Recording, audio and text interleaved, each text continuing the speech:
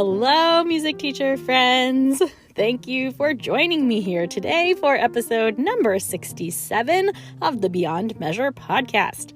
My name is Christina Whitlock, and I like to hang out here as your anytime piano teacher friend. I hope it's clear, by the way, how genuine that intention is, because seriously, I become more convinced with every passing day that the best way to thrive in the teaching business is to spend consistent time with other teacher friends. I had a Zoom meetup with my Patreon subscribers last week, and it has seriously bolstered me for days. So I hope that I am a part of your support network, and I also hope that I'm not all of it. If you don't spend time with other teacher friends on some kind of regular basis, well, that is your first homework assignment for today. Get on that, okay?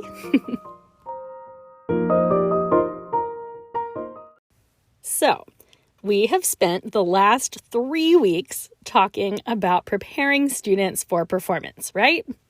Well, today we are going to switch gears ever so slightly, and as promised, I am sharing my favorite piece of advice ever given to me by a teacher.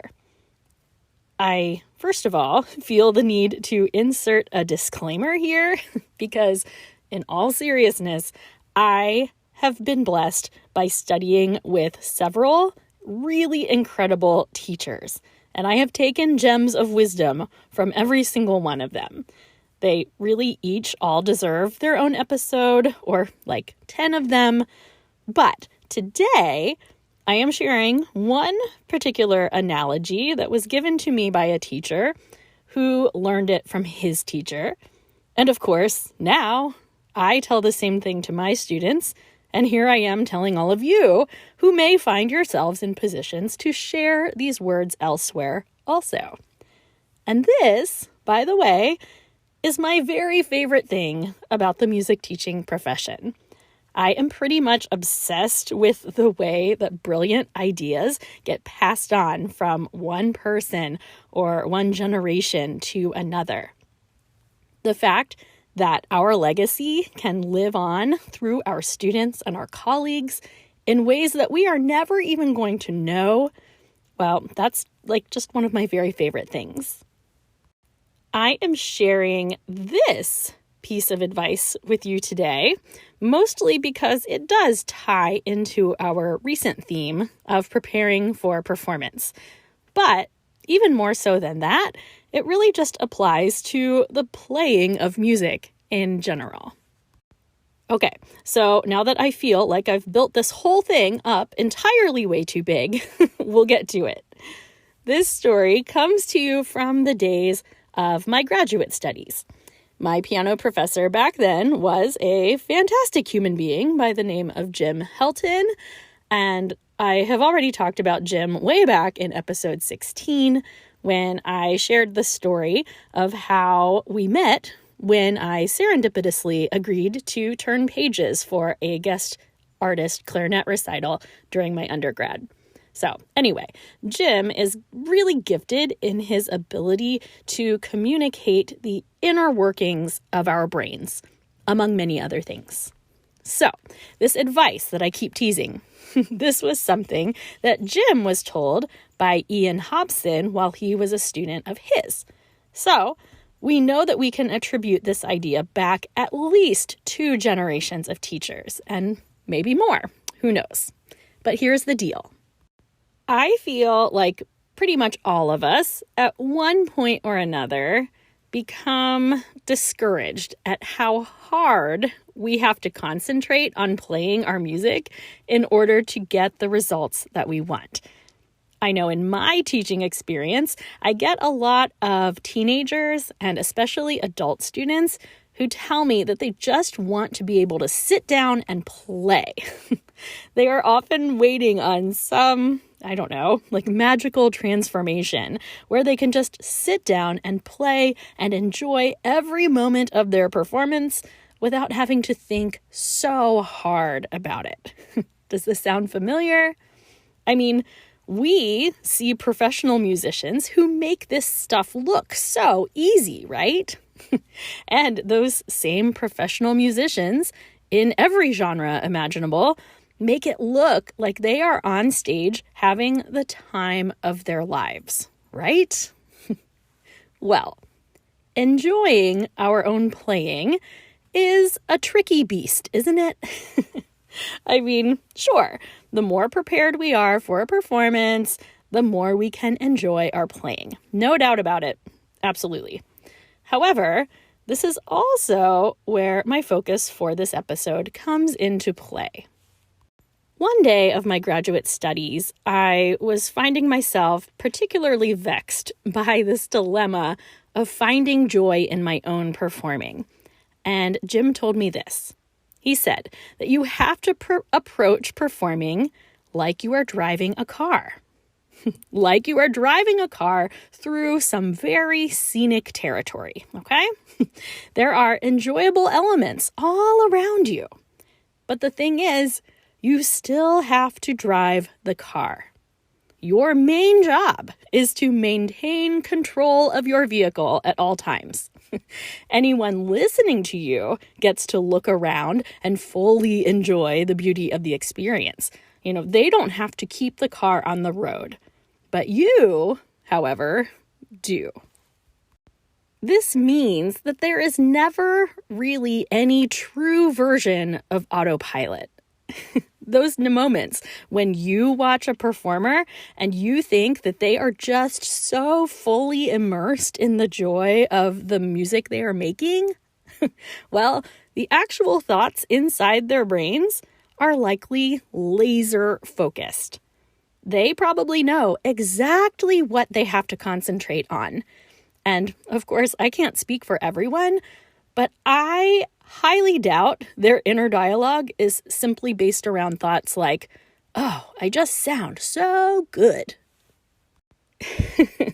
So, friends, whether you are thinking right now about your own performing or helping your students better approach their own, please consider this. If you are waiting for a point in your own performing where you can just sit back and take it all in and enjoy every moment, well, you might be waiting forever. Performing on a musical instrument takes Herculean efforts inside the human brain.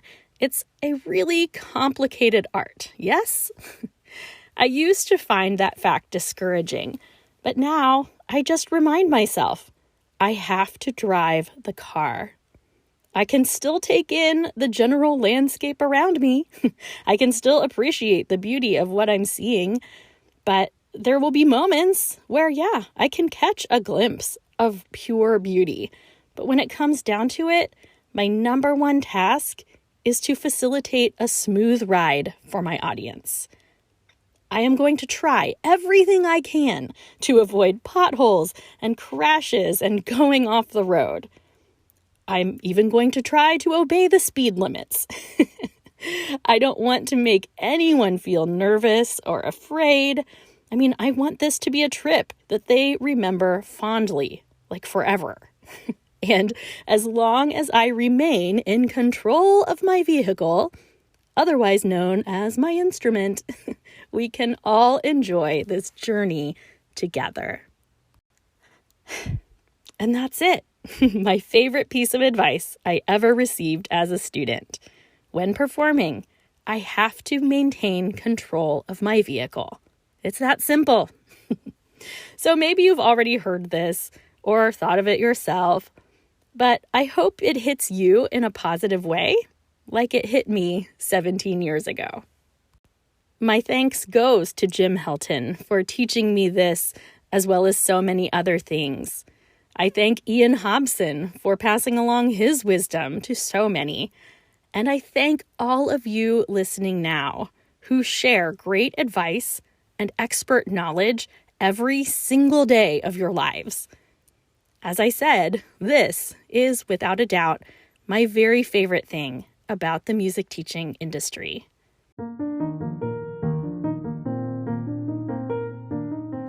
And now, please join me in a toast to us, music teacher friends all over the world. Today, we celebrate the assurance that performing requires a very specific amount of concentration and caution. May we never fool ourselves into thinking otherwise. I have shared on this podcast before that one of the first things Jim Helton ever said to me was, and I quote, "I am a nervous player." Friends, I too am a nervous player. And to you who feel the same way, and to all of our students who feel that way, I remind you today to simply drive your car.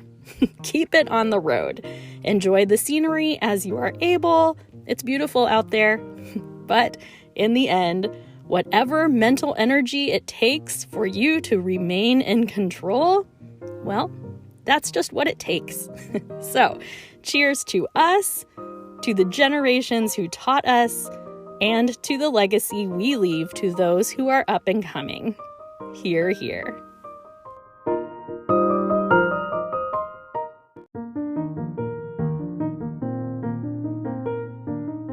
That's it for episode 67, friends. I do have one more piece of homework for you, though.